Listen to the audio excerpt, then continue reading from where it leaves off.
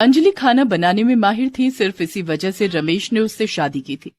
अंजलि हर रोज नया नया खाना बनाकर रमेश को खिलाती थी, लेकिन रमेश को अंजलि के हाथ का छोले भटूरे सबसे ज्यादा पसंद था। अंजलि, तुम्हारे हाथ के छोले भटूरे लाजवाब है, हर रोज बनाया करो ना। ठीक है जी। अंजलि के छोले भटूरे ने भी रमेश को 5 साल बांध के रखा था। इन 5 सालों में अंजलि की 2 बेटियां हो गई और वो फिर से गर्भवती हो गई। लेकिन रमेश को किसी और से प्यार हो गया। वो अंजलि को छोड़कर उसके साथ भाग गया। अंजलि बेचारी अपनी दोनों बच्चियों को लेकर अकेली रोने लगी। आपने ऐसा क्यों किया?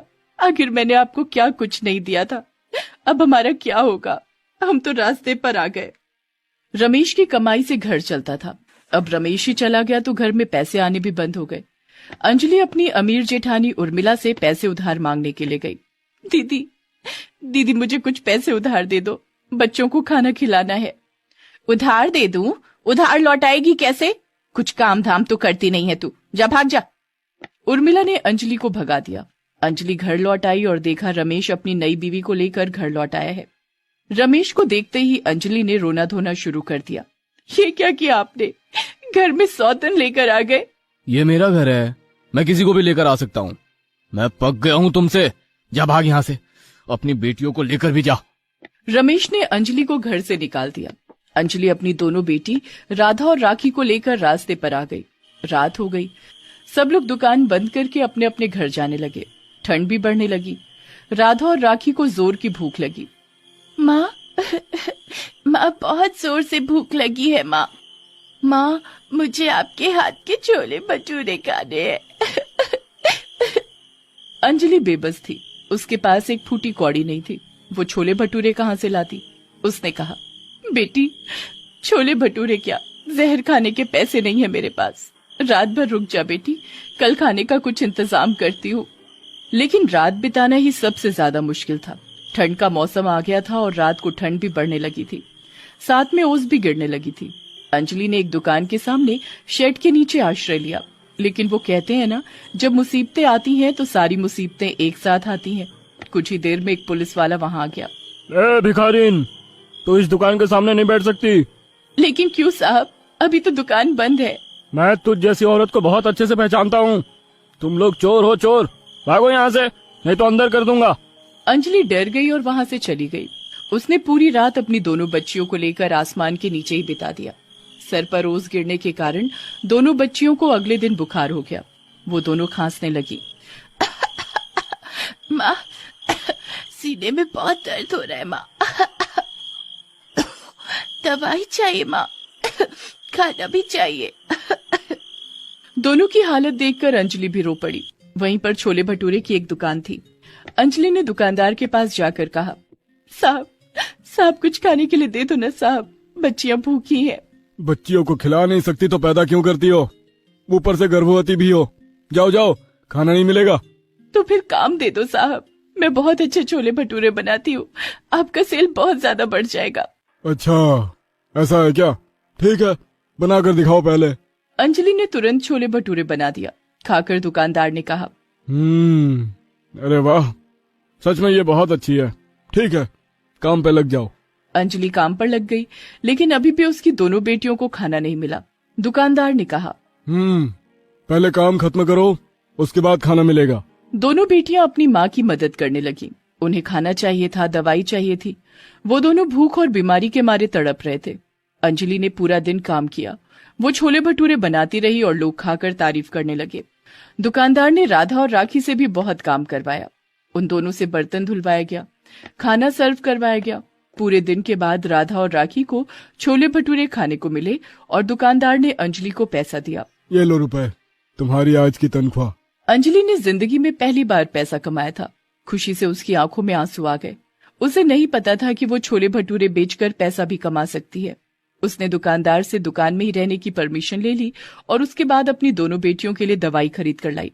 दवाई खाने के बाद उसकी दोनों बेटियां ठीक हो गईं और वो तीनों दुकान पर ही रहने लगे। अगले दिन भी अंजलि छोले भटूरे बनाने लग गई। राधा और राखी दुकान के बाकी काम करती रही। दुकानदार को मजा आ गया। ये बढ़िया है गुरु। 3 लोगों से काम करवाओ और पैसा केवल एक को दो, वो भी केवल 100 रुपए। दुकानदार को मुनाफा बहुत हो रहा था, एक प्लेट छोले भटूरे की कीमत 50 रुपए थी, जिसमें से 25 रुपए प्रॉफिट बनता था। ऐसा समझो कि अंजलि को पाकर दुकानदार की जैसे लॉटरी लग गई। लेकिन ये खुशी ज्यादा दिन तक नहीं टिकी। अंजलि बीमार पड़ने लगी। एक तो गर्भवती थी, ऊपर से पूरा दिन काम करना पड़ता था। उसके बदले सिर्फ 100 रुपए मिलते थे दिन के, जिससे तीनों बहुत मुश्किल से गुजारा कर पाते थे।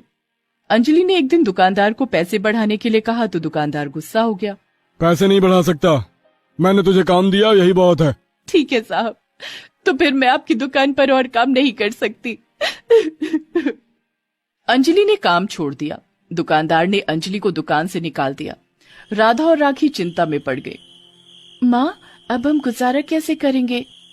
बेटी, मुझे हर दिन जो 100 रुपए मिलते थे ना, उससे थोड़ा थोड़ा बचाकर मैंने 1000 रुपए जमा कर लिया है। उससे हम खुद के छोले भटूरे का ठेला लगाएंगे। ये सुनकर राधा और राखी दोनों बहुत खुश हुई। उस रात अंजलि के पेट में अचानक से बहुत दर्द शुरू हुआ। वो दर्द से तड़पने लगी।